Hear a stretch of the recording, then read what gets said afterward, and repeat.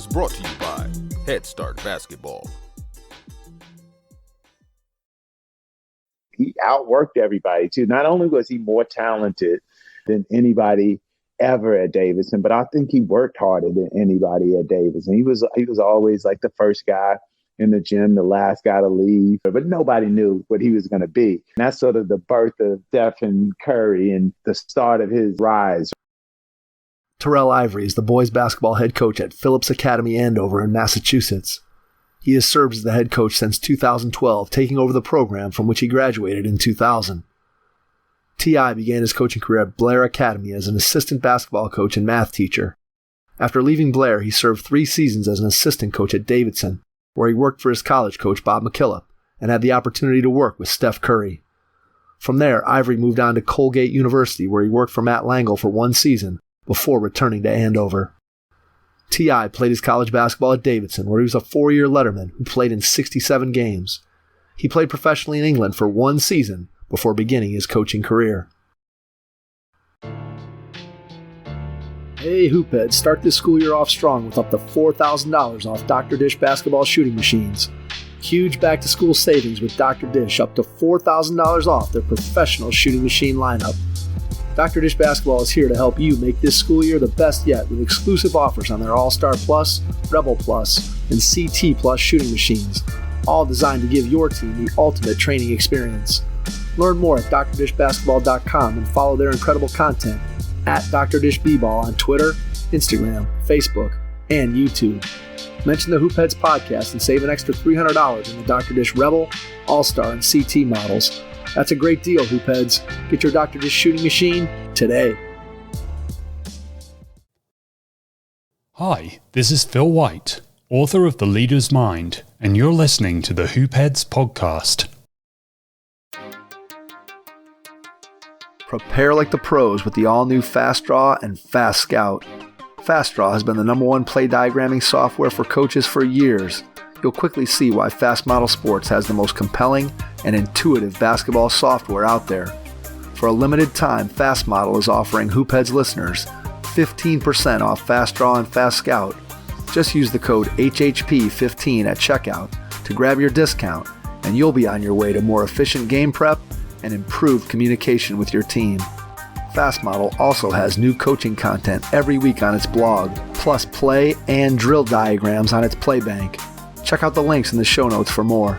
Fast Model Sports is the best in basketball. Make sure you have pen and paper as you listen to this episode with Terrell Ivory, boys basketball head coach at Phillips Academy Andover in the state of Massachusetts. Hello and welcome to the Hoopheads podcast. It's Mike Klinzing here with my co-host Jason Sunkel tonight, and we are pleased to be joined by Terrell Ivory, head boys basketball coach at Andover Academy. T.I., welcome to the Hoopheads pod. Thank you so much for having me, guys. Thrilled to have you on. Looking forward to diving into all the things that you've been able to do in your basketball career. Let's start by going back in time to when you were a kid. Tell me a little bit about some of your first experiences with the game. Yeah, it's one of those things. I think about it all the time. I've been playing as long as I can remember. I was lucky enough to have parents who sort of knew the value of being involved in athletics. I had a older brother who's 3 years older than me he's a mentor. I look up to him. He's an amazing person and a really good, he was a really good student athlete that I looked up to. So I think I was playing, you pick up a ball and you're just messing around. And then I think, my first organized sort of time playing basketball was around 5 years old, but we had a hoop in our hallway, an infamous hoop in our hallway, and my parents were okay with us making noise because we were doing something constructive, and we were banging into the walls and trying to. We couldn't dribble because we didn't. It was carpet in the hallway, but we could try to dunk on each other or shoot jumpers and then you had to sort of shoot with no arc because it would hit the ceiling. So I just remember doing that. So I've been playing basketball for a long time and been involved in a lot of different sports for a long time. But basketball was always my first love.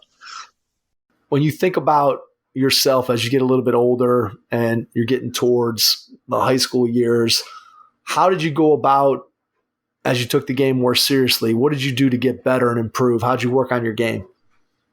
So I talked about my older brother. He was 3 years older than me. And as as a younger sibling, you always want to, hang out with them, be friends with their friends. I think playing against older people, playing against his friends, playing against really good competition always helped make me better. And then it was, having a sibling meant like you always had. So I rebounded for him. And I got a chance to sort of watch him sort of figure out how he could get better and get shots up and things like that. And we played a lot of 21. Eventually we graduated from the hoop in our house in the hallway to a hoop in our, my dad put up a makeshift hoop in the backyard. And so we would play out there, a lot of 21. And I lived in a great neighborhood. And we also, people would come over to our house and play, but we also would go to the park, and play every once in a while. And it was, sort of what old people talk about when you go to the park and if you don't win, you got to sit out. And so, that was a great experience for me. But, I also had great coaches too, right? I played AAU. And at the time I was growing up, there were two teams, right? It was like the essence of AAU, right? The Amateur Athletic Union. There were two teams in Charlotte. And it was the Charlotte Sonics, they were the Charlotte Sonics first, and then they became the Charlotte Nets. And then they were the enemy because I played for the Charlotte Royals.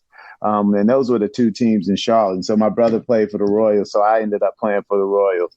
And that was sort of, my journey. And that's how we got better. Like, in order to make that team, I knew I had to work really hard on my game outside of like the AAU season, including like playing for, whatever league teams I was playing for, club teams I was playing for, and then, the YMCA, and all those things. So I tried to play as much basketball as possible and outside of like organized basketball, but also, in those leagues that my parents were sort of lucky. I was so lucky that they wanted me to play in those leagues and sign me up for everything and camps and things like that. So obviously things were a lot different in terms of working with trainers, which didn't exist back in the day when you're talking about when you were playing.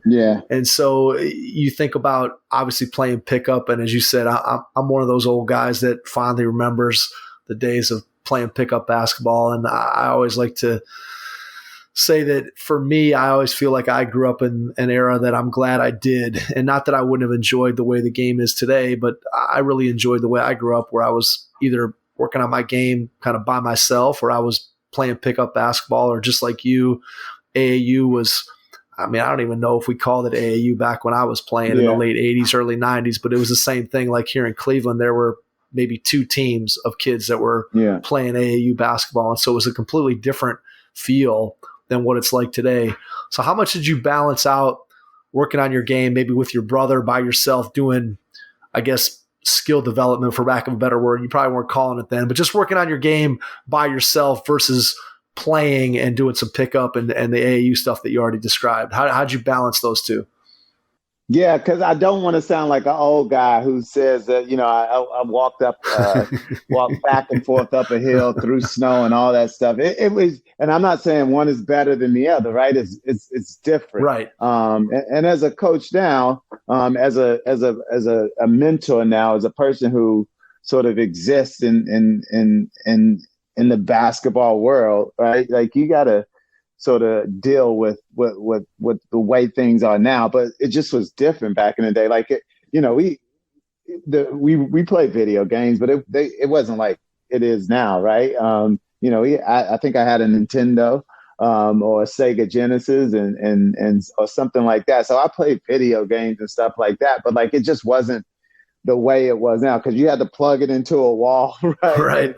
Like, it was different. Now, like, kids just have people just have so much more access to to different things in a good way, but those things can also be distractions. There was much fewer distractions when I was growing up, right? And there was a lot of times, right? My parents were like, yo, you got to get out of the house. You got to go do something. And it got to the point where they weren't begging me to get out of the house anymore, because I knew, like, all right, this is, I got to go. I got to stay busy. I did and my parents were like educators, right? And so academics always came first. And my brother and I were both good students. But once we got our work done, like the majority of the time I spent, if it wasn't, was playing sports, and mostly basketball, right?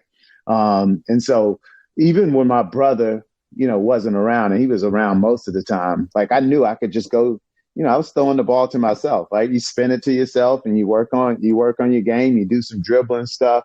And we didn't have a gun, right? And I love the gun. I think it's great.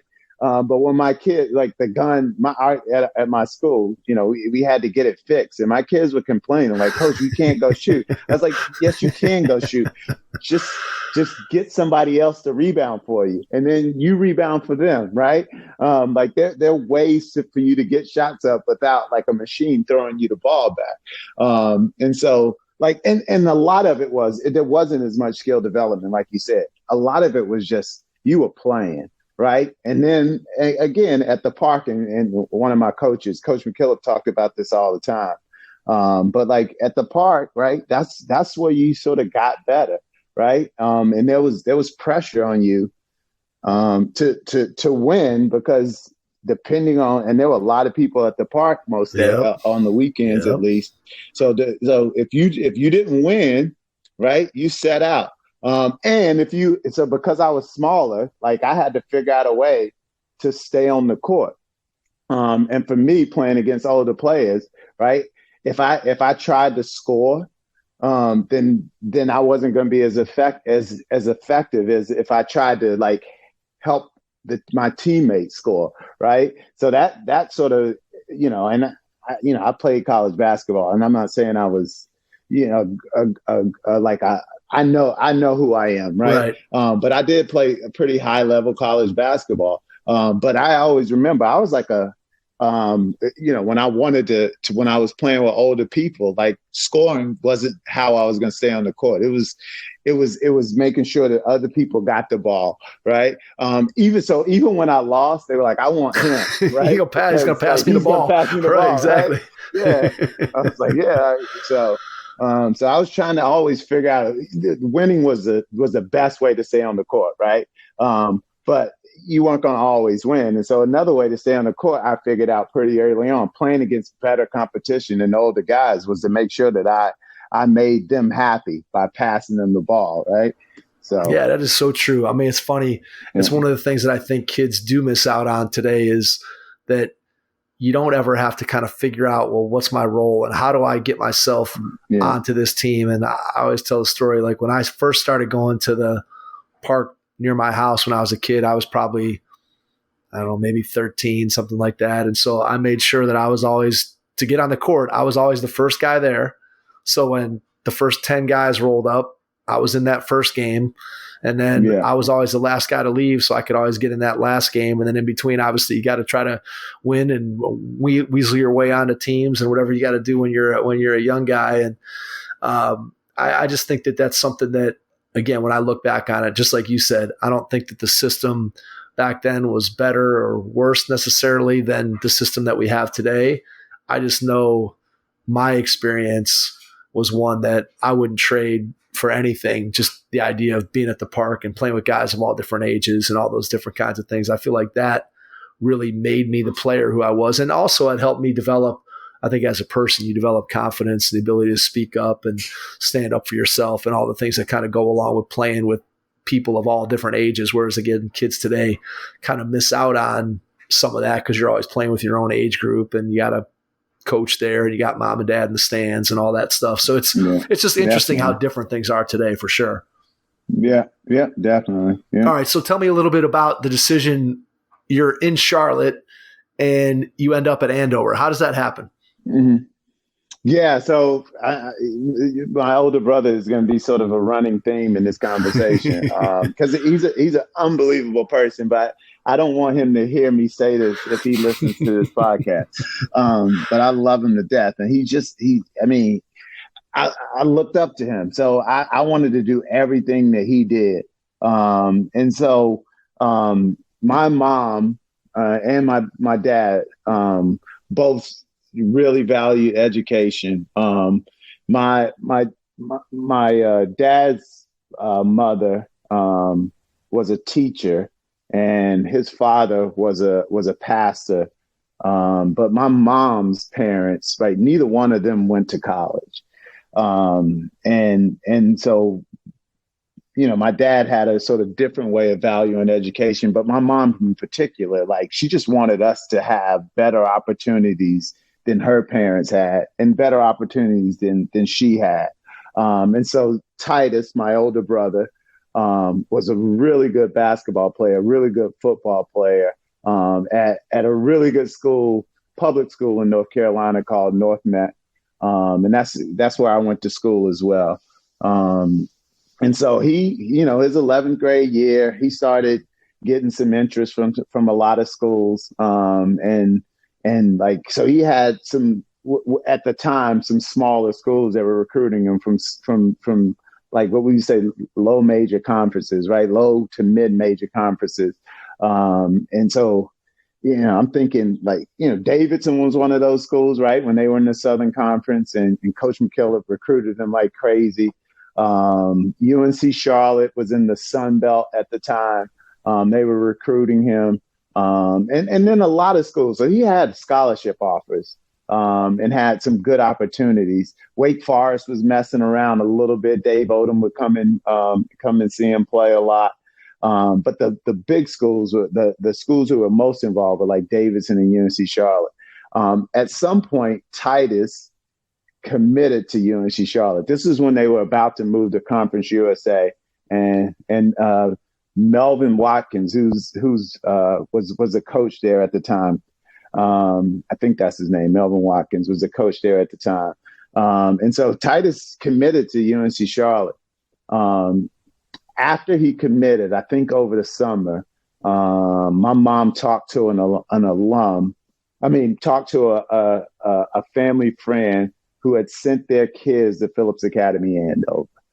And my mom was like intrigued by the reputation of the school, and then learn more about how he could develop not only as a student, but also as an athlete.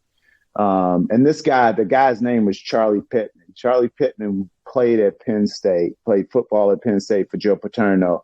And his son also played football at Penn State. And his son went to Andover and played football at Penn State. And so Titus, he played it was a really prestigious, there was an East-West All-Star game in North Carolina. He played pretty well. And other schools were reaching out to him saying, hey, we would love to recruit you. And so they had a conversation. My mom said, hey, I want you to apply to this school.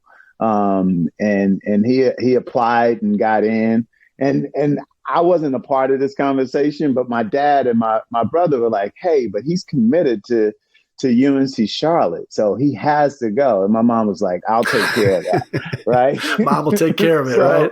Yeah. She's like, I'll take care of that. So she called the coach and said, hey, he's not coming. Right. He's going to this school. And the coach, I don't know what that conversation was like, but what I do know is my mom was like, she understood like how, even before she knew as much as she knows now about the place, right? She understood like what this would do to sort of change the trajectory of his life, going to a school like Andover, even without the basketball, right? And so, he came up here, and I always joke around because my brother is, so I'm 6 feet, when that's what I write. On right? your best day, you're 6 foot. Yeah, I'm 6 feet. I'm not 6 feet, but like in the Davidson catalog or whatever we did. Like I put like 6 feet. Sometimes I can get away with writing 6'1", right? My brother is legit like 6'4", 6'5", right? And like built like a tank, right? And I always talk about like how unfair it was that like he was like 4 inches taller than me, right? So I will admit this. He is a much better athlete than I am. What I always say is like, I'm way smarter than he is, right? So he committed for a post-grad year, committed to go to, basically said, yeah, okay, my mom figured out how to get him to go to Phillips Academy Andover. And then he came up here for the summer session. And it was really, really challenging for him, right? So this is the part where I told him I'm smarter than him, because when I came to Phillips Academy, they didn't ask me to go to the summer session, right? Like I was good, right? So that was a part of like, all right, you can come, but based on like what you've done academically, like you need to go to summer session just to prepare. And he got up here and he was like, yeah, this is really, really challenging. And almost to the point where he was like, I don't know if I can do this. He figured out a way to get through the summer session. And then he came to the school and absolutely killed it in a lot of different ways, right? He played football. They won a NEPSAC championship. And he there's this infamous story about against our rival Phillips Exeter, where they were down 3-0 and they threw a pass. And the Andover threw a pass, and time expired. Incomplete pass, time expired, but the referees put time back on the clock. They were on like the 10-yard line, right? This is the short version. So with 1 second left, he called like a fade pass in the end zone to win the game. And so at first, when time expired, the Exeter fans rushed the field, and they were like, and the referee's like, you got to get off the field. We got one more play. And then he caught the pass. And then the Andover fans rushed the field because that ended the game. And so he had a great football season. And then in basketball, at that time, I don't know how much you know about the NEPSAC, but right now it's split up into classes, right? It's NEPSAC. There's A, AA, and then AAA. And then there's smaller, like there's BC. But like NEPSAC is a really good league. But at that time, there were no classes, right? So Andover would play against. So we don't play against Brewster right now because they're a AAA team, right? And we do play against Worcester, who's a AA team, but we only play like 4 of those games, whereas most of the teams we play are in our class, right, which is based on the population of boys at the school. But at that time, they were playing against like Bridgeton Academy, MCI. I think Rashad McCants went to MCI, Ed Cota went to MCI. And I may have that, but those were dudes there, right? And so Titus was at this school where the academic standards were really high, right? And they went like 21-3, right?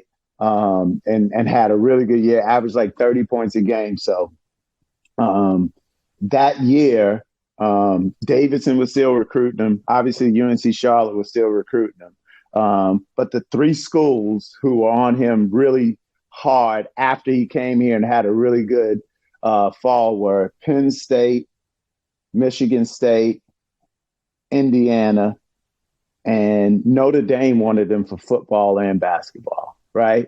So like that, if it was just about basketball, it worked, right? His recruiting sort of changed from looking at like some smaller schools in North Carolina and some low major, mid major to him being able to go to Penn State and having an unbelievable career at Penn State, right? So when it came time for me to when I graduated from North Mac, right, I wasn't getting much interest. Well, I was looking at some D3 schools, like Roanoke was the highest level basketball school that was looking at me, right? And so when it came time for me to apply to colleges, my mom was like, "You should go to Andover too," right? She basically told me I was going there, and she was my mom. I trusted her. And she had always looked out for me. And so I really didn't even apply to any colleges. So I ended up at Phillips Academy Andover. And again, it didn't work out like basketball wise the way it worked out for Titus, right? Bobby Knight didn't come see me play. Davidson, I was right in their backyard. They weren't recruiting me, right? And I played AAU that extra year, and I remember Davidson coming to watch me play, but they didn't offer me a scholarship. And so when I left, I know you asked me about Andover. When I left Andover, right, the schools that were recruiting, I went to visit Amherst, I went to visit Williams.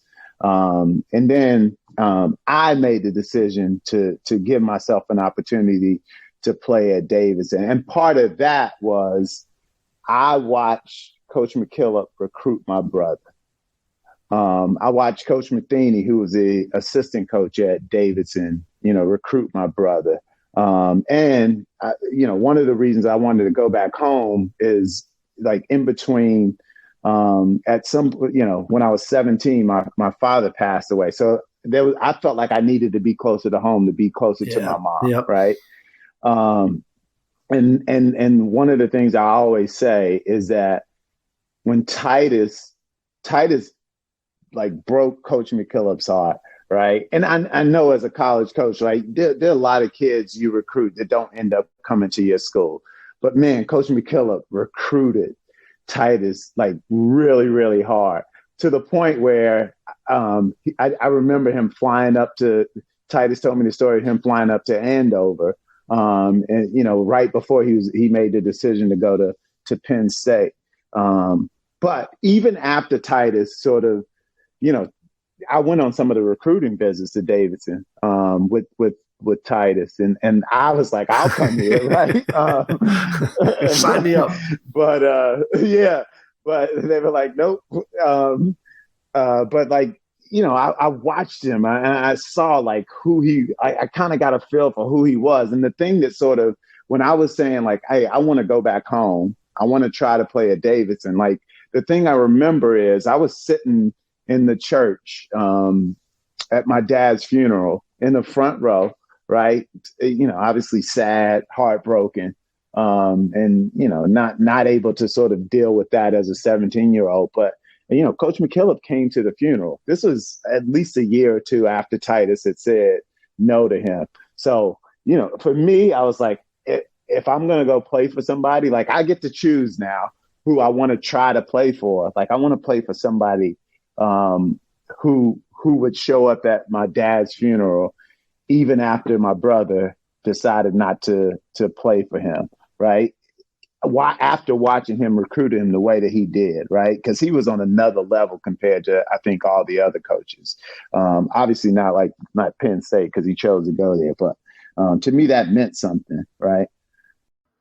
Yeah, I mean, I think when you start talking about people who have a huge impact on your life, like it sounds like you were able to recognize early on that, man, Coach McKillop's going to be a guy that if I can go there and be a part of the team and, be under his tutelage for 4 years, the things that you're going to come out of that with, not only on the basketball floor, but just as a human being, I can see where you're already starting to, again, almost not that you were even processing it like this, but I almost think you're thinking of that like as an adult, like this guy is a mentor. This is a guy who is going to have an impact on me, not only on the basketball floor, but off the basketball floor, and kind of seeing that through the recruitment of your brother. So what's the conversation like when you're making that decision, where obviously most people that are recruiting you at that point, you're not getting those Division I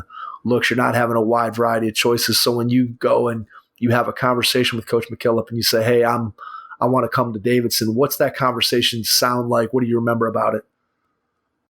Yeah, the conversation wasn't with Coach McKillop. Like at that point, right? They weren't recruiting, but I had done well enough academically to apply to the school and to get into the school. My ticket into the school was football, right?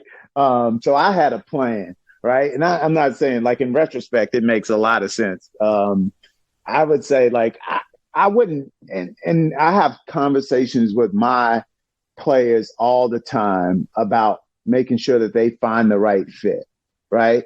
And as a young kid, I probably thought I was better than I was, right? What I did know is I worked really hard, and I loved basketball. And so I figured I would take the risk, right? I don't know if I would recommend that to kids, or I would make sure that they know, like, you may not Right. make the team there, Yeah. right? You may not play basketball ever again. Like, are you willing to give up basketball to go to a Division I school as opposed to go to a William and Amherst where they really, really want you, right? So, like, I've had this conversation with kids all the time, and I get to tell them, my story and say, sometimes I wish that maybe I would have given myself the chance to go to, like, a Williams or an Amherst, right? That's really good basketball. It's really good basketball. It's a really good school. It just worked out for me. So in retrospect, I made the right decision. And I didn't play as much as I wanted to play. But, like, the experience is something that I will never, ever, ever say that, like, I loved my experience there. And part of it was because of Coach McKillop. So my conversation was more with, once I got into the school and the football team, the football coach was recruiting me, right? So once I got into the school, I called Coach Matheny and said, "Hey, Coach Matheny, I'm coming to Davidson, right? And I would love to try out for the basketball team." And Coach Matheny is my guy, right? And he's done so much for me. But at the time, he was like, "All right, you can try out." That was it. He didn't do any cartwheels. Is that what you're saying? No, he wasn't. Part of me was like, "Oh, they're mad." I was like, "So, Coach McKean, just so you know, like, I told you I would come. Titus is the one who went to Penn State, right? But, like, but at the time, he was like, 'All right, you can try out.'" And so I played football, when I got there. So that sort of started right away. I went into preseason, I played football, but I would always just show up, because they were doing, like, at the time, the way they could work out was a little bit different. They could do, like, 3-4 man workouts, right? In the preseason. So I would just go and just sit in the gym and watch them work out. I would go, I had some conversations with Coach, but they didn't make me any promises. There was no guarantee. And this was the first time I was a good athlete in high school, right? And when you start playing, like, 15, 16, 17 and under AAU, at that point, you kind of know, right, you're going to make the team, right? So I didn't have to deal with that pressure. This was the first time in a long time where I was like, I don't know if I'll ever play basketball again. Like, it was stressful. So I was going to football practice, right, which was always like a grind. I was doing my work. And then I would get in the gym when they weren't using the court and work out and do everything I can to sort of be ready to give myself a chance. And I don't remember much of tryouts, but part of it was just like, all right, we got one walk-on who was on the team last year. There's another kid who's trying out. Like, you just got to play them one-on-one, right? So that's tough, right? And then eventually, I put myself in a position where they said, "All right, you can be a part of the team, but, like, there's no guarantees whatsoever." By the time I made the team, and then I was like, I'm done with football, right? So, because I remember watching I was still playing football. They played Duke early in the season. I was thinking it was in, like, November. So I was watching that game in my dorm room, right? Because I wasn't a part of the team yet. And then I would say, like, a few weeks later, I was a part of the team. But I don't think I was traveling with the team or anything like that. But I was they were allowing me to practice, and I was a part of the team, and it was sort of like, it felt like I was like, they could just be like, all right, you're done at any Right. point. Right. But like what I knew, right. And it was sort of similar to when I was playing pickup as a kid, is like, all right, like I got to figure out a way to make sure they know that they need me. Right. And part of it was just, I was going to do everything I could to make sure I was competing and making the guys who were playing, making sure I made sure that they got better. Right. I was going to play hard defense to the point where I was annoying. I'm sure I was annoying to the guys who played. Why is he playing so hard? Why is this walk guy bothering me, man? Get this guy off me. Why is this walk guy? Yeah, get him away from me. Right. But my whole thing was, all right, I'm gonna do my best to make you guys better. Right. And like, that's what I tried to do. And I had to sort of, it was a very humbling thing, right? Because I was no longer like, it didn't matter. At that point, it's like, my mindset was, it doesn't matter how good I play. Like, I'm not going to get to play, because a scholarship is worth something, right? I'm free. And so like, I just got to do what I can to make sure that these other guys get better. And then like, as much as they didn't like me because I think I was playing, like I was going way too hard, right? I wanted to make sure they liked me off the court.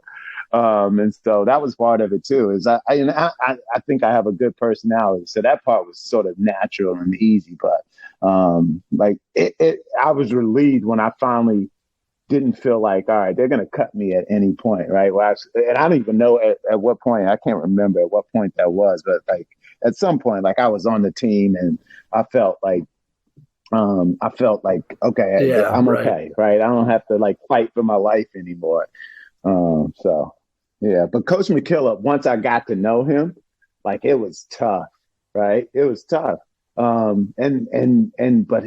you could tell, like, he was, and I had a lot of really good coaches growing up, and some coaches who weren't so good.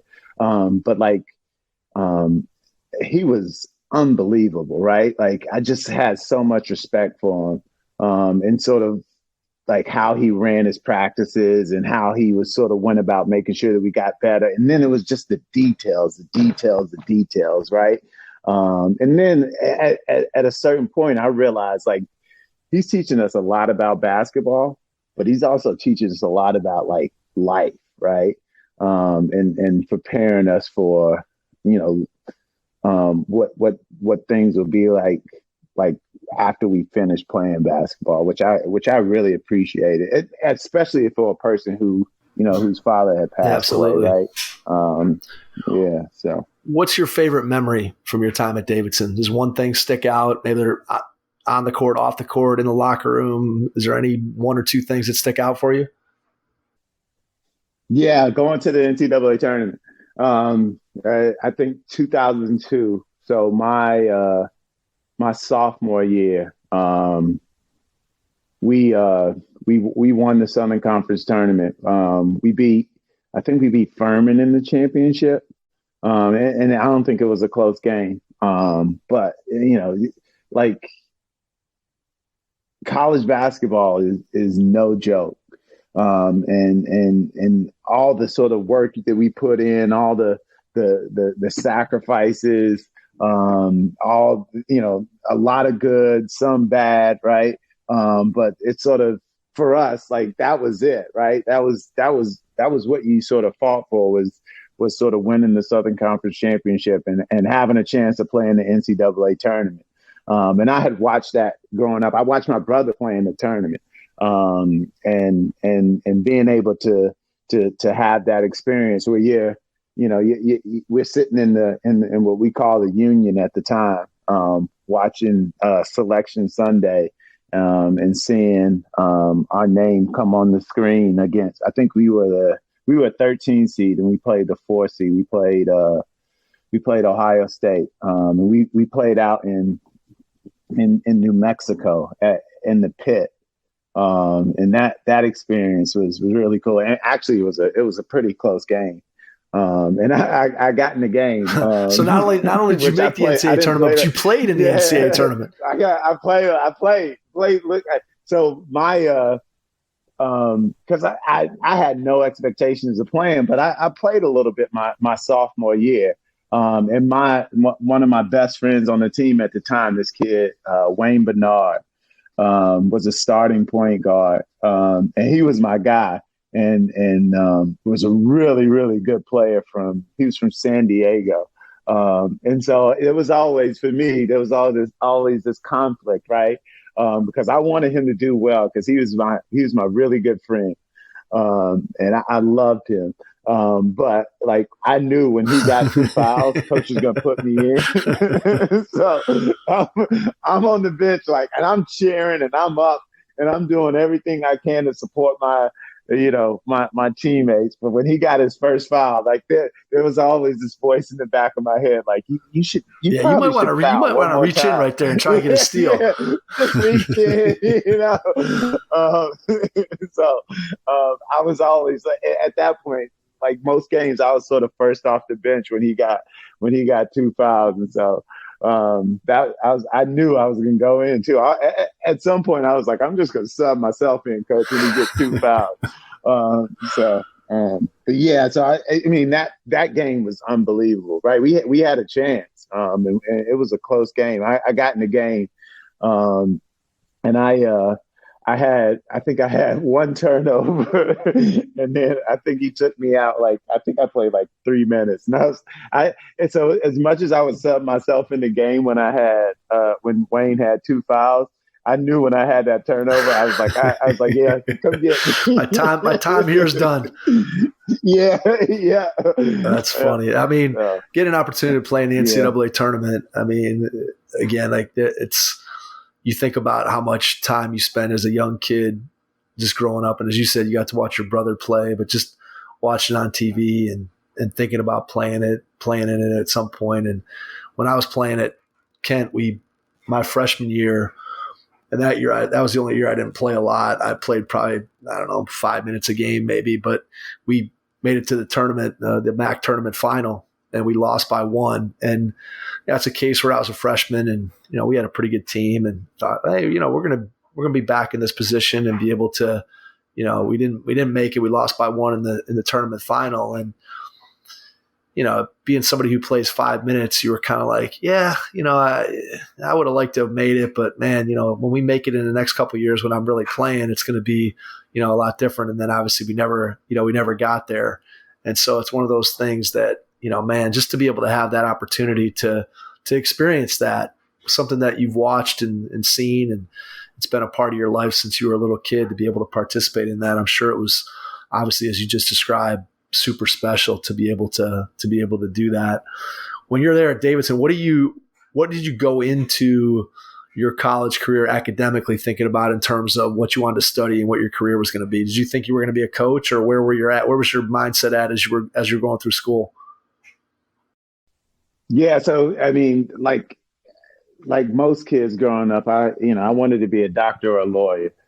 And as I got older, that sort of changed. I knew I wanted to be involved in sports at some point, right? I just didn't know how. So I thought about sports medicine. I thought about like sports marketing or something like that. I got to Davidson and took a couple of, like science, biology classes. I was like, I'm not doing that anymore, right?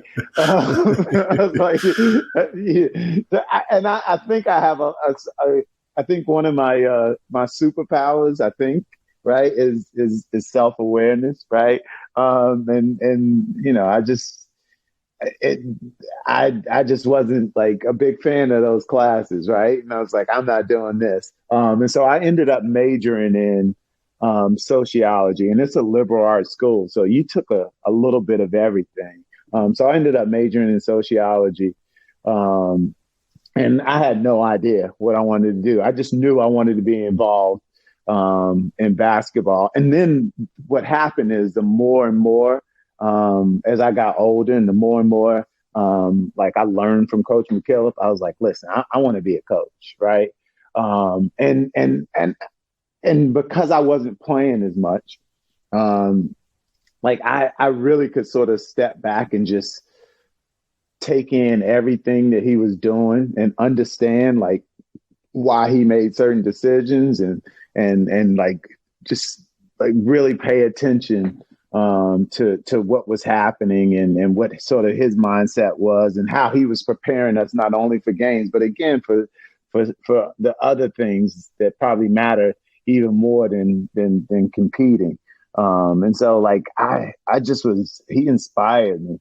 And he became like a role model. He became a mentor. And I knew like, especially my junior, senior year, like I want to coach and just trying to figure out how I could do that. But, I always sort of had this dream of playing and again, I played like maybe 15 minutes my junior year. And then that went down my senior year. I didn't play as much my senior year. I still played a little bit, but not as much. But other kids from the school had played overseas. My brother was playing like really high level overseas. So at first I was like, all right, I want to play as long as I can. I ended up playing 1 year. Coach got me a job in England playing basketball for a club called the Manchester Magic. And again, the self-awareness, right? I was making like $1,500 to like $2,000 a month, right? Which was enough, right? But that wasn't a long-term career. No, it wasn't a long-term career. Whereas my brother, he was making, he was making like exponentially more money, right? And so I had somebody to sort of compare myself to, and I was like, listen, if I was making what he was making, then maybe I would continue to do this. And so at that point, I made the decision like, all right, I want to get into coaching. And again, I use like my relationships with Coach McKillop and at the time Coach Matheny, and I sort of let them know like, hey, I wanted to get into coaching. Coach Matheny heard from Coach Mantegna at Blair Academy. He was like, this is what I'm looking for. And Coach Matheny was like, I got the guy, right? He was looking for a young guy who wanted to get into coaching and who wanted to get into college coaching at some point, right? And this opportunity to work at a boarding school. So I was playing, but I knew that wasn't gonna last. I had gone to a boarding school. So Blair Academy, where Coach Mantegna worked, was a similar school to Phillips Academy. So I kind of understood what that world was. And Coach Matheny hooked me up with Coach Mantegna. And I remember talking to him over the summer about the opportunity. And it's funny because I was working a basketball camp, and there was a kid who I think he was on his way to college. Because there was some opportunities, right? Some like low level opportunities in Europe. But I played 1-on-1 against this kid. His name was Anthony Morrow. And he absolutely destroyed me. And I was like, yeah, I'm done with basketball. I was like, I can't, there's nothing I could do. Right. And I was like, that's like a bad, and at that time, I didn't know he was going to play in the NBA. I think he went to Georgia Tech. But like he absolutely destroyed me. So that made me even more like, all right, I'm gonna go into coaching because I'm done with basketball. Because I can't do that, right? And so like he connected me with Coach. He connected me with Coach Mantegna, and that opportunity became like, unbelievable sort of jumping off point for me to get into college coaching.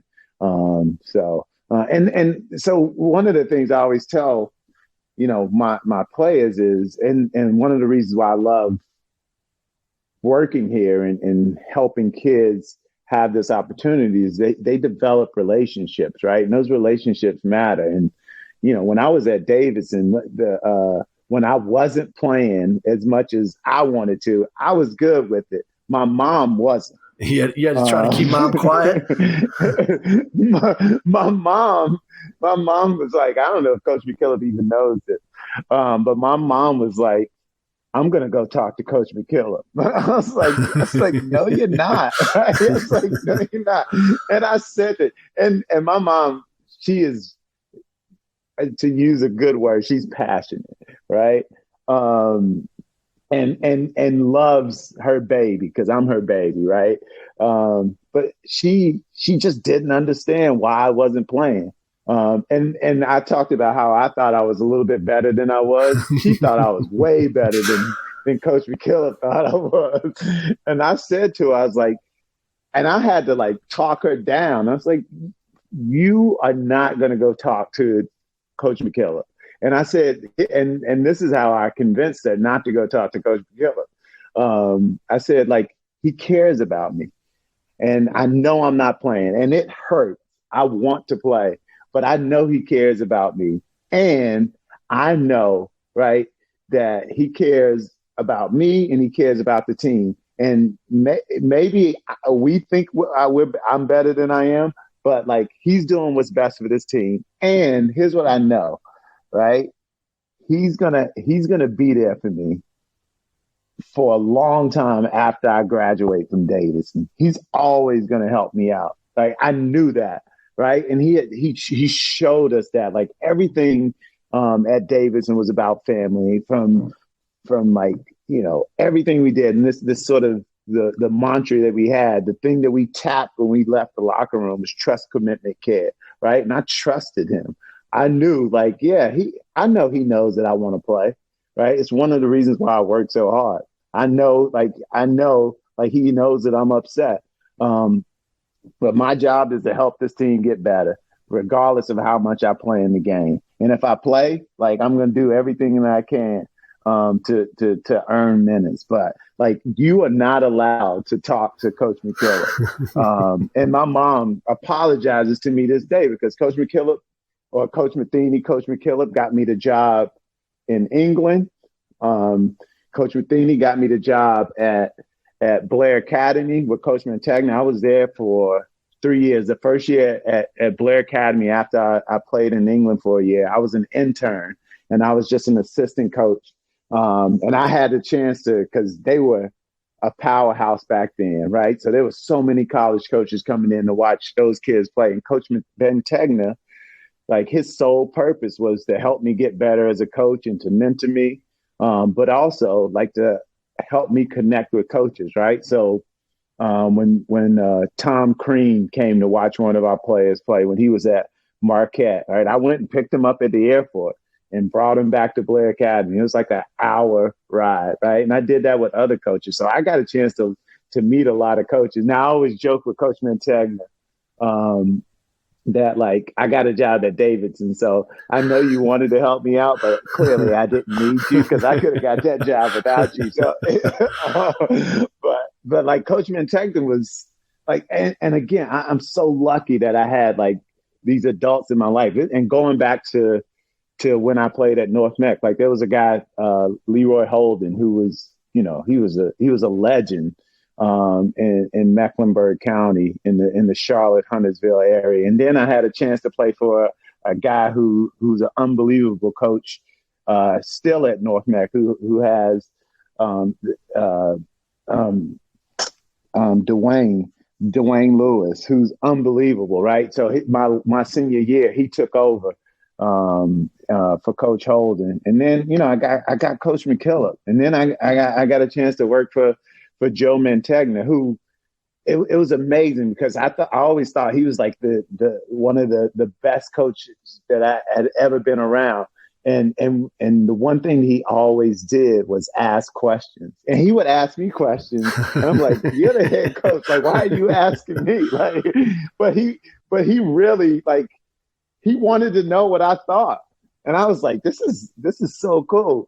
And so it made me want to, like, learn even more so I could be prepared to answer his questions and sort of help his program get better. But his program is really good, right? But he would always ask questions, and that's something that's one of the many lessons that he taught me. But he would always ask questions.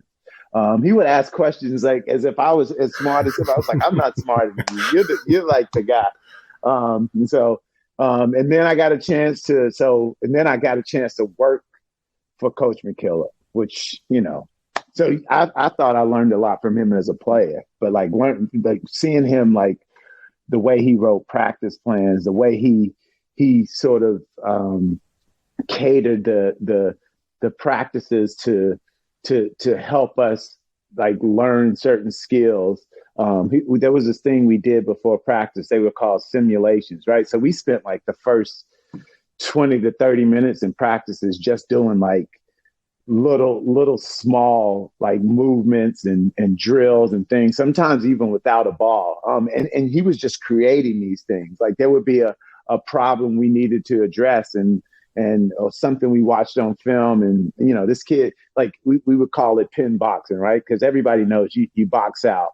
But like if you're on the outside and a shot goes up, like you want to push them under the basket, right? So we would work on stuff like that. And it was like I learned so much from him as a coach, like how to write a practice plan, right? That's something like as simple as that, but like he's just I've been lucky, right? So I had Coach McKillop, and then I went from Davidson working there for 3 years, and then like and Coach Langel was like just so different from Coach McKillop, but like learning from him because his style was a little bit different was just it just made me so much better, right, as a coach. And so I one of the things I always say is I just been lucky, right? I've been lucky to be around like some unbelievable people, some unbelievable coaches, and that's helped me, I think, be a better coach, be a better mentor, and it's got me to, and I'm still like Coach Montagna. Like I'm constantly thinking, like I want to ask questions, I want to learn, right? Even right, and I think that's really important as a coach. What was the transition like going from the player-coach relationship with Coach McKillop to suddenly you're a part of his staff and your colleagues as opposed to that player-coach?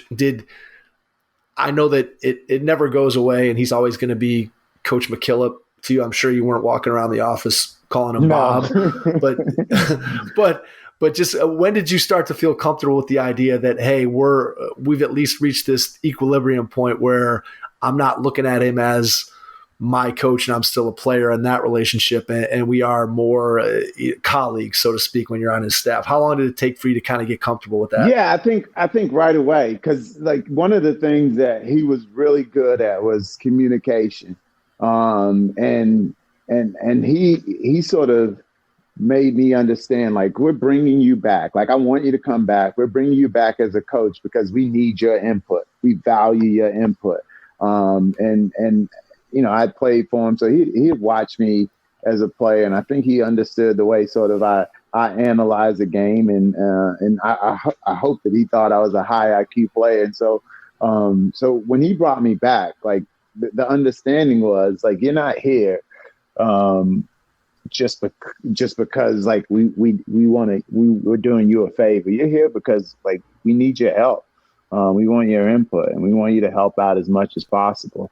And so for me, it was an opportunity to learn and understand, like, and get a feel for what he needed and how I could help out the program. But he made it clear, like, when we would meet, and we had a lot of meetings. When we would meet, like he would ask for input, and I was a director of basketball operations at the time. So like sort of on the totem pole of coaches, I was the lowest coach, but he made sure that I felt like that the input that I had, my value was important. And every once in a while you would say something, or like he would put it into practice, but like, you pat yourself on the back, right? You're like, hey, Terrell came up with something right here. No, it was great. No, I love that. So yeah, he was. I mean, he just was great. He made you feel like you mattered, and that's really important, especially because he had such an unbelievable reputation, right? And like just the way people sort of revered him in that community, was something that I admired. But he always made us feel like we were important. As a player, he made us feel that way, and he made us feel that way as coaches. So I think right away, because he told me, he's like, we're hiring you because I think you bring value to our program. Yeah, no better endorsement of a great leader than somebody who takes input from all their people and makes all their people feel valued. I mean, I think anybody, no matter whether you're talking about a coach who's leading a basketball program, or you're talking about a CEO who's leading a company, or you're talking about a principal who's leading a school, right? If you can master that technique to make people feel like they're a part of it and that their input is valued, man, you're 90% of the way there as far as what great leadership is really all about. Yeah.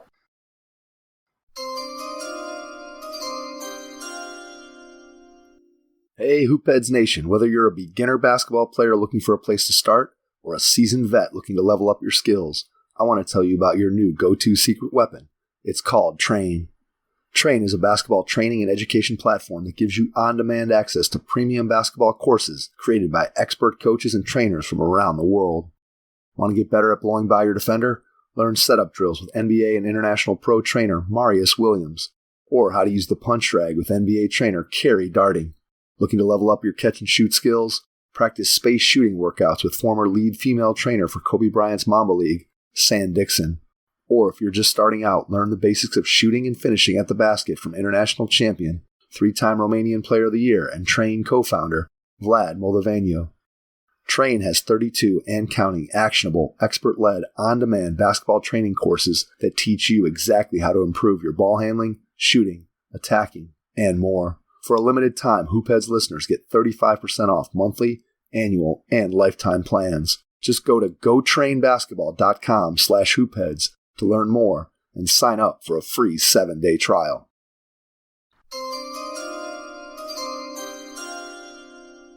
You had an opportunity while you're at Davidson. I can't let it slide by that you had a pretty good player there at Davidson while you were coaching. Yeah.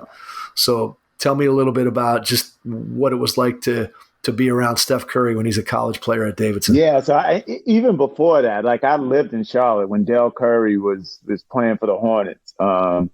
And I used to work Dell's camps. And so I used to watch Steph play. And his jumper was beautiful, and I just watched the documentary, but he did shoot from his hip, right? And eventually he changed his shot. But like it looked good. And I'll say this, like Dell used to do those shooting demonstrations where he would start like in close, and then he would sort of gradually move back, and he would talk about the value of starting in close, and then he would move back to the 3-point line, and then like because it's sort of how Steph has changed the game, but Dell used to like go to half court. Right. And just shoot a jump shot. And it looked like he was like shooting a form shot, like right under the rim. Right. And in his era, I will say, so so Dell was in Cleveland that's right. While I was probably in high school. Yeah.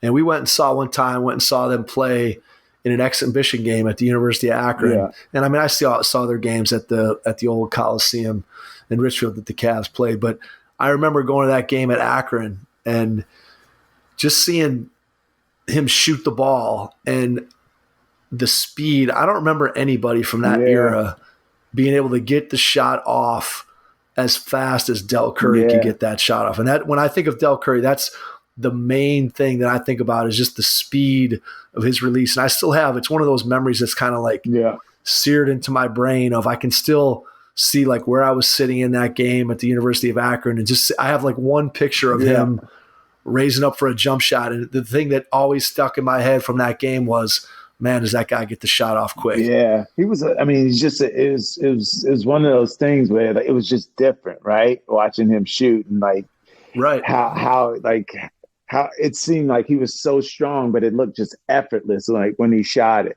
Because I remember, like in college, I remember we in pro-ams there would be a NBA 3-point line, and I think I had a really good jumper, but all of a sudden you're like heaving the ball from right, you're trying to get it there, exactly. Right. Yep. So I used to watch Steph when he was like 11, 12 years old, and then my actual first coaching job was, and that it was in the documentary, was with the Charlotte Stars, and a friend of mine, his name is Malcolm Saunders. He goes by he used to do a lot of parties in Charlotte. His name is Buck Long, which is how he got connected with Dell and started a AAU program. So I used to watch Steph play, but I coached Seth, right? So my first coaching job was coaching the younger team that Seth was on. So I coached his team. So I knew the family. My mom was on Del Curry's like board, right, for like some charities he was running and stuff like that. So I knew the family, and I knew Steph, right, and watched him play a lot and sort of followed like his story, but nobody knew what he was going to be. So when I got to Davidson, they had just made it to the Elite Eight the year before, right?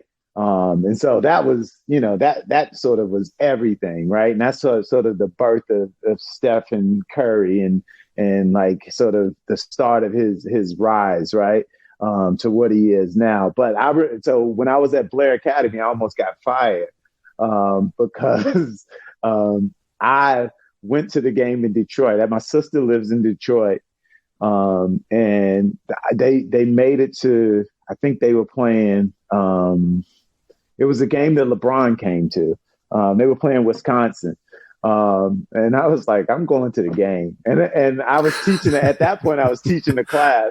And I basically like wrote my class and like, hey, no class, right? So I drove. Watch T.I. on TV, man. We're supposed to have class. There he is at the game. I drove 9 hours to the game. I stayed with my sister. I got tickets from, I called Coach Matheny. I was like, Coach, I'm coming to the game. He got me tickets. I was at the game. It was unbelievable. And then I got back to Blair Academy, and the dean of faculty was like, hey, T.I., you need to come into my office. It's like, and I was like, and he was the nicest guy ever. He basically was like, don't you ever do that again. And like, I got in trouble, but it was worth it, right? And so long story short, Coach McKillop hired me the next year.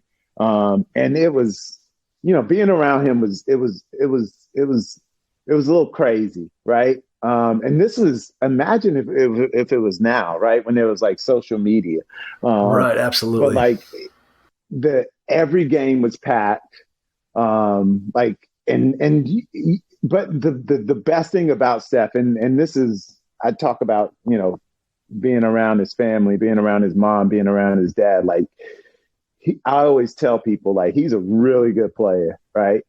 He's a better person than he is a player. And that was the case at Davidson, right? Nobody, if you didn't know, like, he was an unbelievable basketball player, like, it wasn't like he was walking around like, I'm the man. And, and like, he was so accessible. Like, he cared about, like using sort of like the gravity that he had to help other people. But he also, he's one of those kids. He outworked everybody too. Not only was he more talented than anybody ever at Davidson, but I think he worked harder than anybody at Davidson. He was always like the first guy in the gym, the last guy to leave. There were plenty of times he was like, T.I., can you get in there? Can we shoot? And stuff like that. But it was fun to watch because as an alum, as a person who went to Davidson, who cared about the school outside of being on the staff, right? It was cool to watch how many people gravitated towards him and gravitated towards the school because he was there and because of the way he was playing, because of the things he was doing. I watched him in practice. He was just unbelievable. He would just make crazy shots and do unbelievable things. But also on the road, right? Like I turned into his sort of de facto bodyguard because he would never tell anybody no, right? And so he got to the point. I was like, "Yo, we got to go, man!" Like because I was the ops guy, so I had to make sure the bus was on time and like you got to get him where he's supposed to be, right? Yeah, I got it. So. Yeah, like we had sort of a thing where I was like, all right, we got to go, man. Like, I know you want to sign a million autographs, but we got to go. But like that, it was like he was a rock star at that point because of what he did the year before. And so people were like running up to our buses and every game, obviously the Davidson games were sold out, but every game was sold out on the road too, right? In the Southern Conference. And I think in the documentary, there was a friend of mine, Lauren Biggers, who was like the assistant SID. And she said, like, if you wanted to watch him play, you couldn't watch the games on TV. You had to watch them like on live stream or be there in person. And then you could just sort of feel the energy when he got the ball, right? And it's magnified now. But when he would shoot, like people would go crazy. And I remember the game at Madison Square Garden when we played West Virginia. And there was a kid who had played for me at Blair, this kid, Wellington Smith. And then who else did they have? They had a kid who was like supposed to be a high draft pick, but they were good, right? And there's Bob Huggins, and they were sort of known for like offensive rebounding. And like you should look up the stats of that game and look at what the rebounding differential was, because it's like they would shoot the ball because nobody on their team could shoot, right? They would shoot the ball, and I don't think they were trying to make the shot. They were just just trying to get it up on the glass. Let's go get it, fellas. Hey, go get it. And like it was one of those things where, as a coach, you're on the bench. And I had the first seat. It was like, oh my God, like we can't get a rebound. And like somehow, like at the end of that game, I forgot who was guarding him, but he was like 6'7", long arms. He was guarding Steph, and Steph like made a move and shot a three over. Because Steph I don't think he played well that game. He just happened to make shots at the end of the game, and we ended up beating him. So every once in a while, I'll send Wellington clips of that game. But that was the first time where like you kind of knew, because Coach McKillop always talked about like sort of playing under the Broadway lights, right? Because he's from New York City. He's like, the guys who I love are the ones who step up in those pressure situations. And in that moment, right, and in Madison Square Garden, because we always used to go to New York because that's where Coach was from over the winter break. But like in that moment, seeing him, the way he played, the way he like willed us to win that game against a team who was way more talented than we were, right? We had no business winning that game. But like when he got the ball, like people were going crazy, just anticipating like what he was going to do. And I think Jay Billis was calling the game. And like it was just an unbelievable atmosphere, but just there was so many moments like that. Like we played Chattanooga, he hit like a 75-foot shot against them to end the half, stuff like that. Like he just would do stuff that like, it just seemed like he wasn't human, right? But like again, but then he would come back and he'd just be like, he's just one of the guys, right? And I always appreciated that, because I always joke around, like if I had played the way he played his sophomore year and carried the team to like almost getting to the Final Four, like he wouldn't be able to talk to me, right? I would be just big time to people. Been doing your thing. I want to get to the point where I could big time people, even to this day. I don't think I'll ever be like that.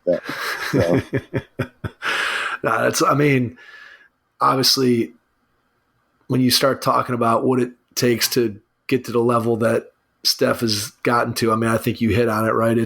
He had an unbelievable amount of talent, but he also worked harder than anybody else, regardless of whether they had more talent, less talent, whatever.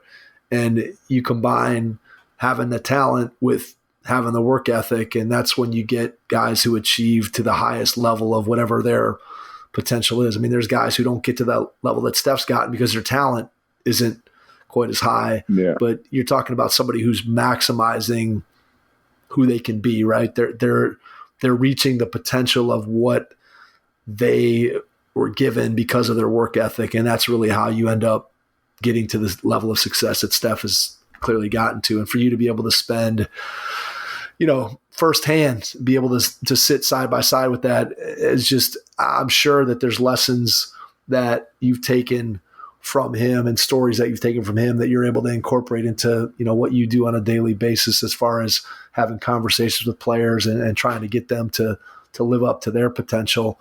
I know that for you, the opportunity to go back to Andover as a head coach and leave college basketball, just from reading a little bit about you, that wasn't necessarily the easiest decision because you had kind of had your mindset on, hey, I'm going to stay in the college basketball space. And then this opportunity in Andover comes your way. Talk a little bit about the decision to leave Colgate, take the Andover job, and then what it meant to you to kind of come back to a place that had been so special to you as a player. Yeah, I loved working. It was only 1 year because, being at Davidson for 3 years, I was familiar with that place. I was close to home. So that was nice. And being able to, be a part of that community again was really special. So the journey to Colgate for me was a big leap, right? But I also had a good conversation with Matt Langel before I decided to take that job, and really respected him and wanted to help him build something at Colgate. I sort of took that leap, which was scary, right? Leaving home, going to a place that I wasn't really familiar with. But like I had a really good experience there. And there's the only reason I would have left Colgate, the only reason I would have left college coaching was to come to Andover. And part of it was just I had such a good experience as a student at the school. I knew what the school had done for my older brother. I was still pretty close to the AD at the time. His name is Leon Modesti. And not only was he, when I was a student, he was my college basketball. He was my, not college basketball. He was my basketball coach. He was my football coach. And he was also my house counselor. So I got to know him really well. And I had stayed in touch with him. And he would always talk to me about coming back at some point. But I knew he was going to be here forever because people come to these places and because it's so amazing, they never leave. Right. And they don't have a reason to. But he and I had stayed in touch. And at one point, I had looked at a job at another school sort of similar to this. And he basically, and I was going to take the job.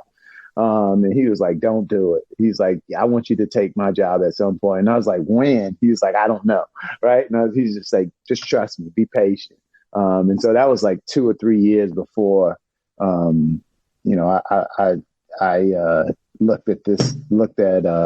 decided to come back to Andover. And so when he called me and said, hey, I'm going to coach football. I'll let you take over the basketball. To me, it was like a no-brainer. And I had worked at Blair Academy, and one of the, the first year I got paid like $15,000, right? But I ate for free on campus, and they gave me an apartment. So I was able to make it work. And so it was sort of similar here. They just were going to pay me a little bit more money. But I would have came for free, right? Because I knew what Coach Modesti did for me. I knew how much he helped me out. And like part of the reason why I decided to leave college coaching is I love that, being a part of that. But I didn't feel like I wanted to like help kids out in a different way. And at the college level, like you get to know the kids really well, but like you weren't involved in their life as much outside of basketball. because it's a business, right? Whereas at Andover, it's not a business, right? You're here, like, I'm a basketball coach. I work in admissions. I'm a house counselor. I teach what we call an EBI class, empathy, balance, and inclusion class, and it's just a health/life skills class. So I get to know these kids really well, and I get to know kids who don't even play basketball really well. And like, for me, a kid from North Carolina, coming from like a middle, lower class family, the same reason why my mom wanted me to take advantage of this opportunity, right? I get to help kids like me, who probably even worse off than me, like use this opportunity to like change the trajectory of their life, right? And to me, and Coach McKillop at Davidson always used to talk about, and he sort of used it in a basketball context, but it was more than just basketball. Like, one of his things was like, if you help somebody, if you help somebody, you help yourself, right? He always used to say that, and so that meant like if you set a screen, you're gonna get somebody open. But if you get somebody open, guess what? You're going to get open, right? So like if you help somebody get open, that means you're going to get open. You help yourself, right? If you take a charge, right? Like, you're going to help the team, right? You get credit for the charge, but you're helping the team. You always used to talk about that, but it was always, I know for a fact, it wasn't just about basketball, right? And so this idea of being selfless, and helping other people was always something that Coach McKillop sort of drilled into us. So I love coaching, and it was something that I wanted to do, but coming to a school like Andover, being able to not only coach, but also help kids in other ways, especially since I know what this place does for people, was like a dream for me. And so like, I love working for Coach Langel, and I think he's one of the best coaches in the country. But this was the only place that I would stop. I would like leave Colgate for, leave college coaching for. And I've been here for 13 years. I feel like I made the right decision. But I also realized telling Coach Langel, like, that's how I knew I really wanted to do this, because telling him that I wanted to take this job was really difficult because of how much I cared about him, right, and everything that he did for me. So, talk a little bit about, as you're describing the relationships that you're building with your players, and you're talking about the influence that you can have on kids, not only on the basketball floor, but off the basketball floor. Tell us a little bit about your role and how you see it in terms of helping the kids on your team get to college, whether that's kids who want to play and are able to play college basketball, or I'm sure you've had players on your team that aren't interested in playing college basketball, or maybe they're not good enough to play college basketball and they're just going to be making a decision about where they're going to spend the next 4 years of their life in terms of academics and just going to school. So what's your role there, and how do you handle that with helping kids with the recruiting process and making a college decision? Yeah, so I always think about like coaching is like teaching, but like it's a little bit different of a classroom, right? And I think there are a lot of similarities, but with coaching, there's some lessons that I think I can help kids learn that teachers in the academic setting can't help their kids learn, right? And I think about helping kids learn how to compete, helping kids sort of learn how to deal with adversity, helping kids learn how to be have good sportsmanship, helping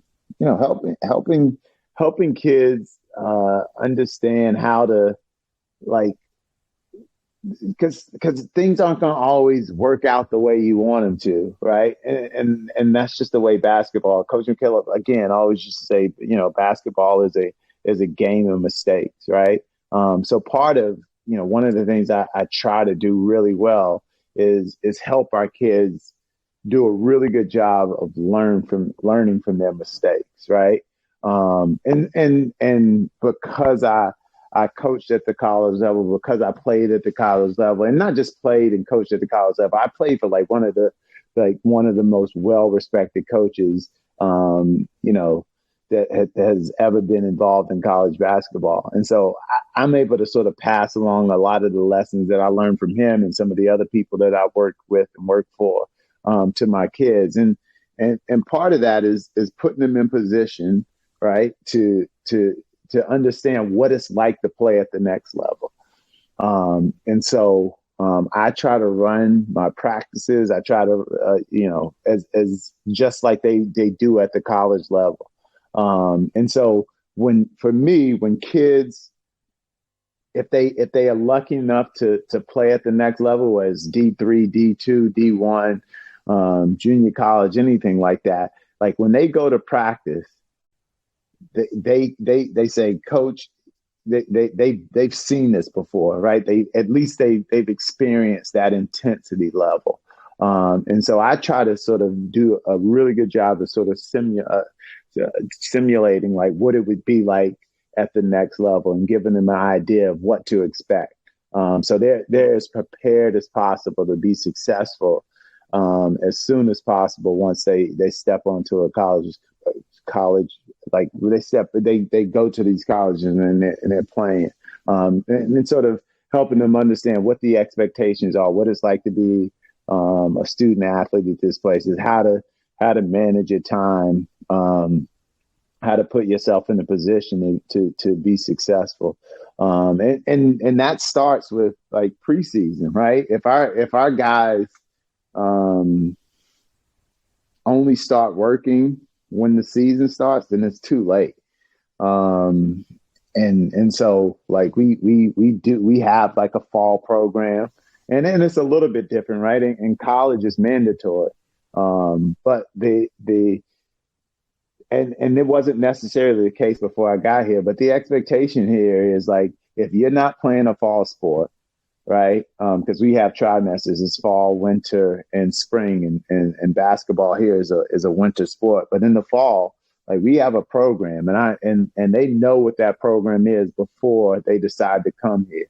And I say to them, like, if you want to play at the next level, like this is what you have to do in order to get to that level. And there are no guarantees, but like, if you really want to play at this level, this is what you have to do. This is the work you have to put in. This is the kind of the type of commitment that you have to have. And so, we play pickup twice a week. I'm lucky enough here where there's a weightlifting class that our guys can be a part of. They lift 4 times a week. They lift on Monday, Tuesday, Thursday, and Friday. And they can do that, or they can do yoga and lift on their own. But if they're not playing a fall sport, like they have to be involved in some type of physical activity. And then, I have a 2-year-old now, so it's a little bit more difficult, but luckily my wife loves me. So I like, if a kid comes to me and says, "Hey coach, I want to work out," right? I tell them, like, just text me, right? I want to work out. And what I'll say now, because when I was younger, I do like 4 individual workouts, right? And I wouldn't care, right, before I got married. But now it's like, hey, can you ask like 3 other people so we can only do like 2 instead of 4 individual workouts? But we get up at, I get up at, we work out at like 6:15 in the morning. So I can be back to help my 2-year-old eat breakfast, right?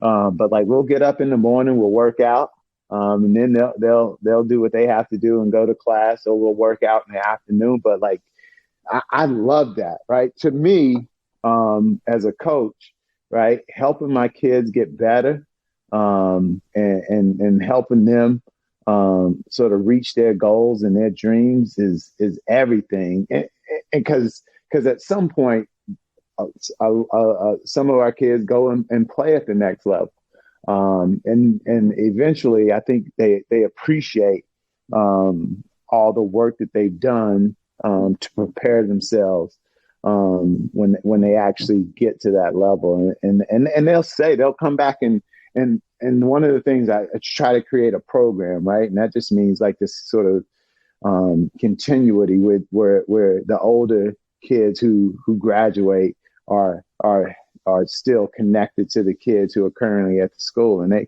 they're able to tell them, like, listen, this is what we did, and this is why it's important to do this stuff, and like, if you really want to do this, right, this is what you got to do in order to be prepared. And to me, that's really important. I love that about, especially at North Mech, it's hard to have like a connection with kids who went to the school before, but at a place like this, it's sort of baked in, where kids have access to the alum and things like that. And so I try to help our kids like communicate as much as possible with like the older guys who came through the program and who get a chance to appreciate why all the work that they put in is paying off. Yeah, that legacy stuff is huge when you start thinking about building the program that can have the type of success that you've been able to have and that you want to continue to have, because players who are in the program now see that, hey, this is what it took to get us here to where we are. And then the guys who have already gone through the program could say, hey, if you want to take this program to even higher heights, these are the things that we did, and these are the things that you have to do. And then obviously, as you build that network, you build those relationships between current players and former players, and it just kind of all cycles through on itself and has just a positive impact all the way around for everybody who's involved in the program.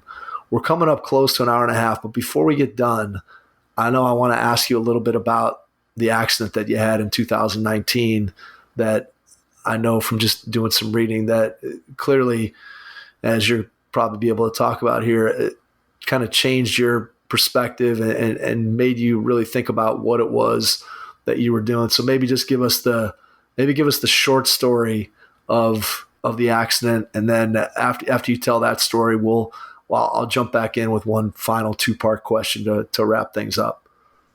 Yeah, it's to me, it's one of those things where I just value life so much more now. Based on the adversity that I faced, and I didn't do it, but I will do it because I wanted to reach out to Coach McKillop and just say thank you, right? Because he was tough on us in a good way,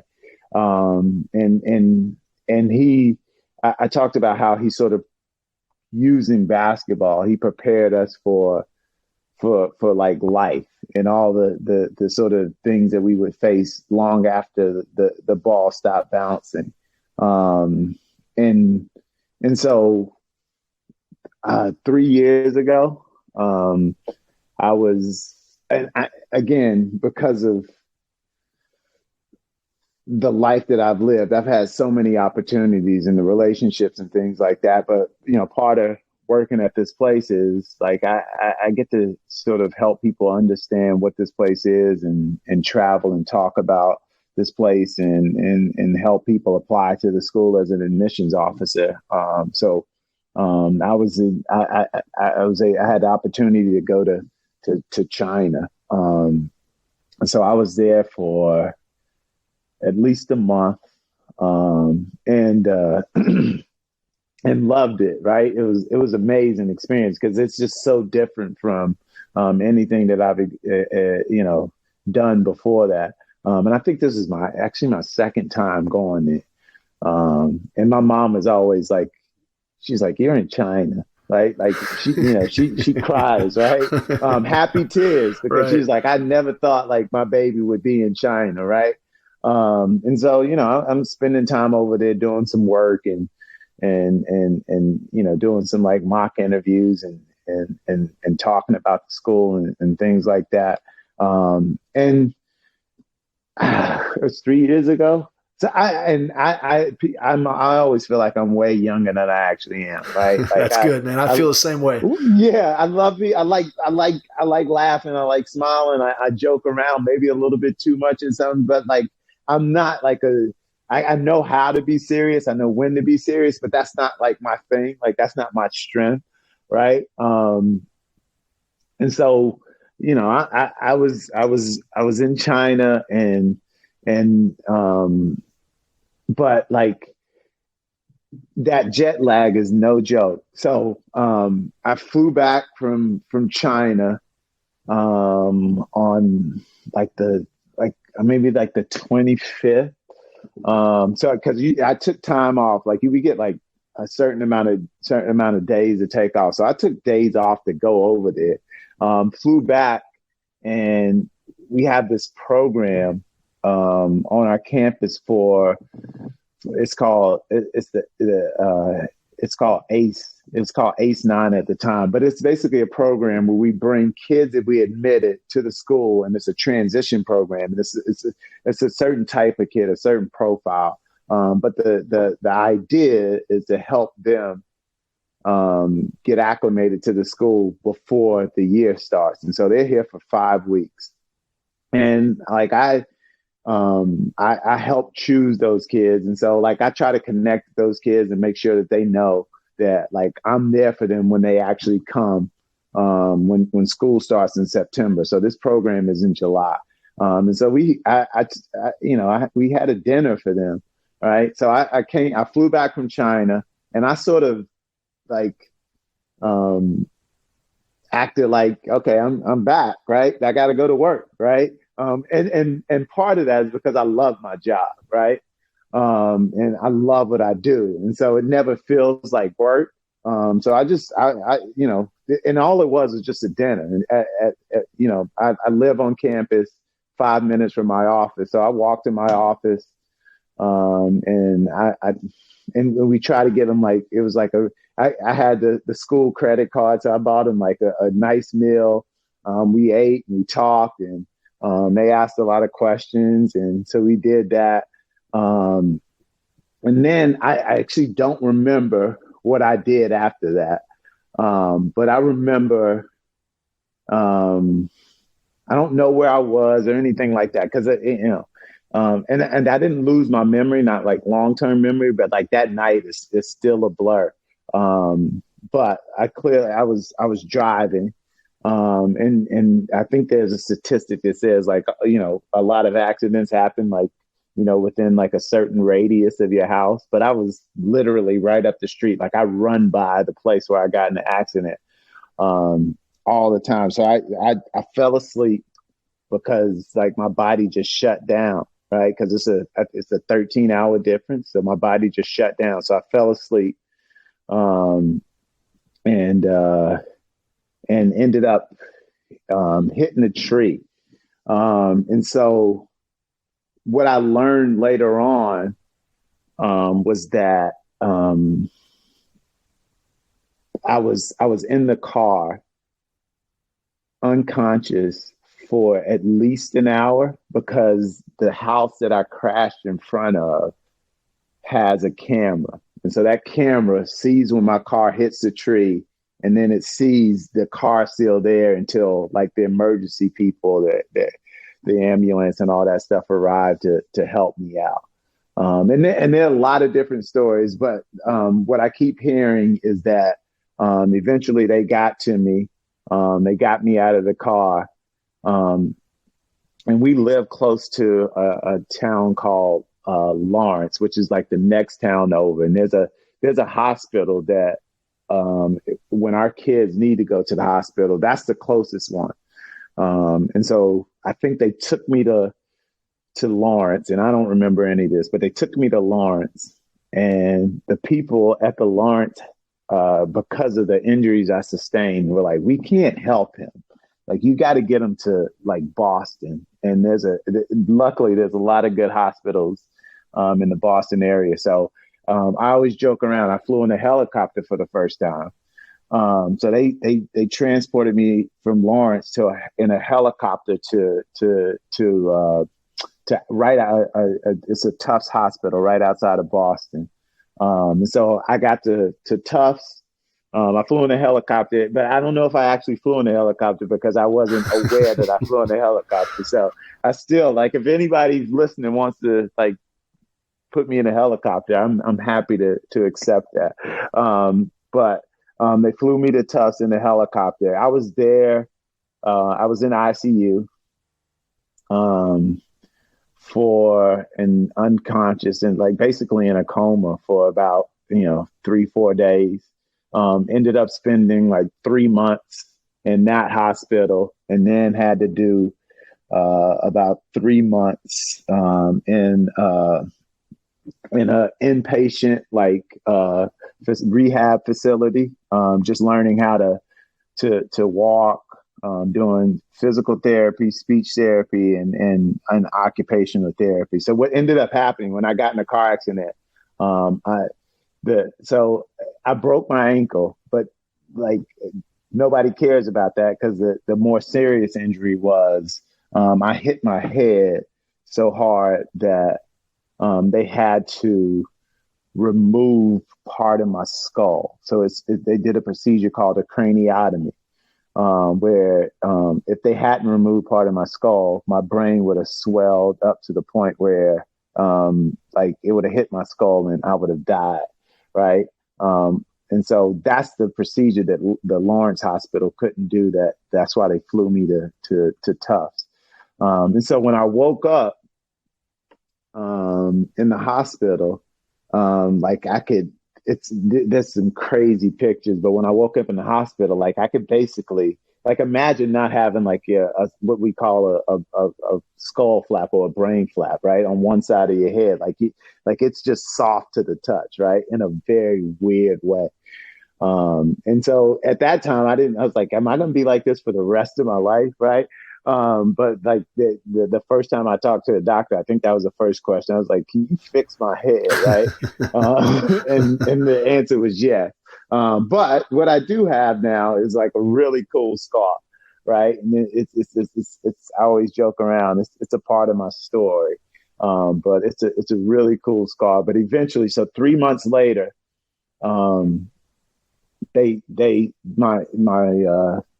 part of my skull was stored in a special freezer, a bone freezer, and they sort of reattached that. And I have using titanium screws, so it's reattached to my head, but I still had that cool scar. But then I had to spend at least 3 more months in a like I said, an outpatient rehab facility, just learning how to like walk and like do occupational therapy and speech therapy and stuff like that. Like I had to sort of learn how to speak again and do a lot of memory stuff. And it was like one of those experiences where I'm glad I went through all the adversity I had, including losing my father, right? And sort of dealing with that, but also, playing basketball and learning lessons. But like, it was tough. It was scary.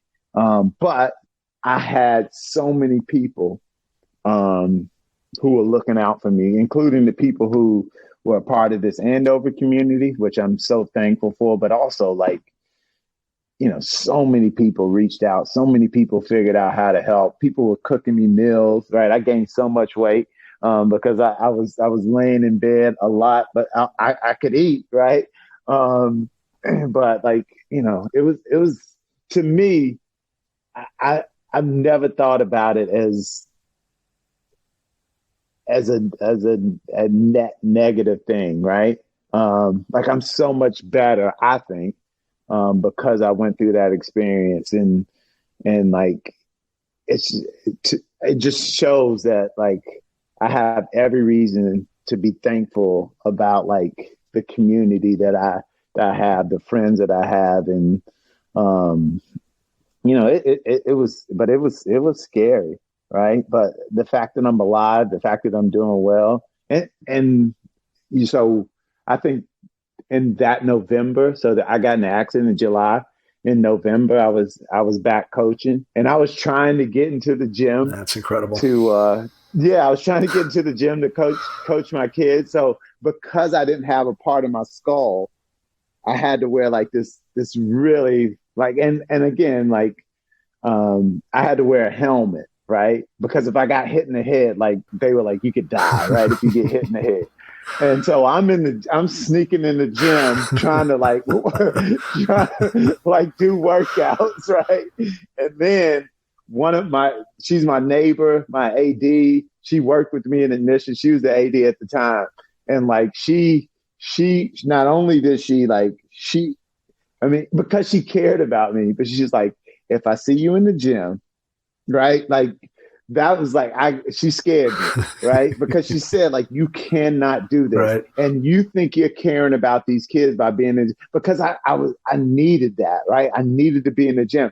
And I felt like I was letting my kids down, right? And they didn't feel like that, right? They didn't feel like that, but I was just like, I need to be in the gym, right? Because like, who's going to work them out, right? Who's going to call the college coaches to come watch them play? Who's going to do all this stuff? And I was like, I got to be in the gym. And I'm in there with a helmet, with like on crutches because I can't walk, and like trying not to get caught because I knew I wasn't supposed to be in there. And like eventually my AD saw me, and she basically, what I say, like, she used some strong words to say she better not find me in the gym. And then she followed up with an email, and she CC'd my mom. So it was like, went right to the source. Yeah, it's like, all right, so I can't be in the gym. But I was back coaching in November, right? And like, to me, like that was everything, because like that sort of became, I had a lot of purposes, but like I wanted to fight as much as hard as I can to get back to the point where I could be with like that part of my family, right? My kids. And then the other thing I would say is like, I also, again, like I had played for Coach McKillop. I had dealt with like him making me tougher. And so I knew I was going to be okay. Right. I thought I was going to be okay. Like there was doubt at times, but like it's a part of my story, and I am very thankful that I'm still alive. And it makes me want to do everything I can to sort of reinforce what Coach McKillop said. Like, I want to continue to help people, right? I feel like I'm here for a reason, and because I'm here, and I'm in this position, I can help people out. So, and people hearing that story, I think it matters. I think, because they know how like extraordinary it is that I'm still alive, right? I'm still breathing.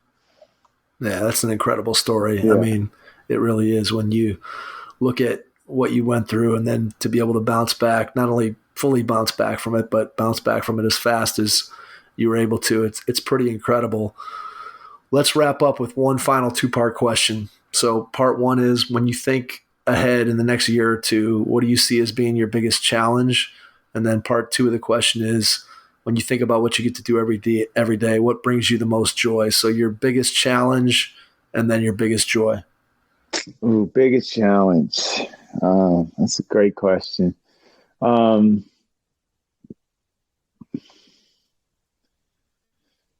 the greatest joy is, I talked about this a lot, but it's just seeing the kids that I work with, especially the basketball players, but also the other kids that don't play basketball that I'm able to develop relationships with, like seeing them do well, but also seeing them not do well and working their way through it, right? Happiness is something that I think is really important, but that doesn't mean that you're like everything's okay all the time, right? And I think in order to be happy, you got to be able to deal with the tough times, right? And sort of develop coping mechanisms and be able to self-reflect. So helping kids sort of understand that and seeing them grow and learn, and do amazing things, right? That brings me so much joy. The biggest challenge, man, that's a good question.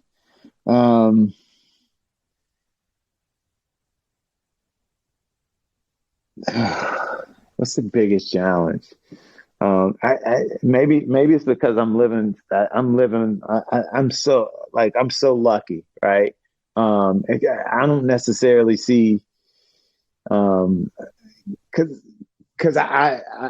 when I think about the school, right, this place is amazing, but it's not perfect. But I don't look at it that way. I look at it as an opportunity for our school, our community to get better.